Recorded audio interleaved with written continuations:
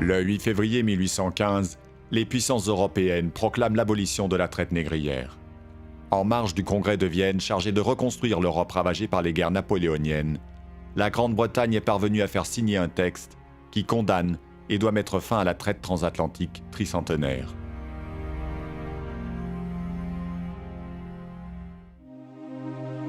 La découverte du Nouveau Monde et sa colonisation par les Espagnols avaient rapidement décimé la population indigène des Amériques au XVIe siècle.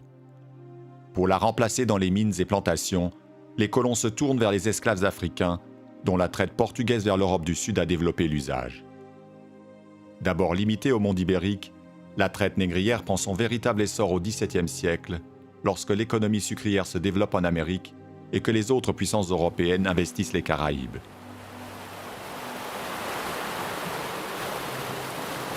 Se met alors en place un commerce transatlantique triangulaire entre l'Europe, l'Afrique et l'Amérique. À partir des ports européens, les navires chargés de produits manufacturés font voile vers les côtes de l'Afrique.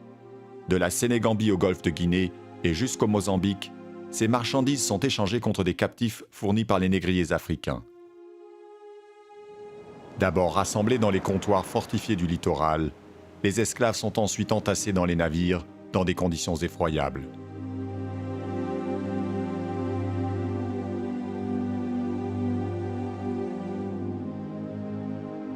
Chargés de leurs marchandises humaines, les négriers traversent l'Atlantique, dans leur grande majorité vers le Brésil et les Antilles, en 2 à 3 mois.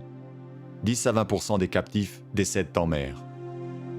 Dans les colonies des Amériques, les esclaves sont principalement employés dans les plantations, où l'espérance de vie est très réduite.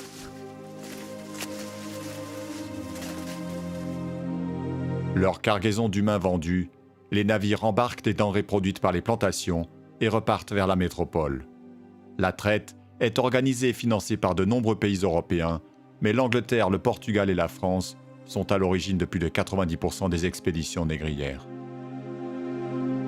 12 millions d'esclaves ont franchi l'Atlantique, 1,5 million sont décédés pendant la traversée, au cours de 3 siècles et demi de traite. L'apogée du commerce se situe dans la seconde moitié du XVIIIe siècle, lorsque plus de 60 000 esclaves sont débarqués chaque année dans les Amériques.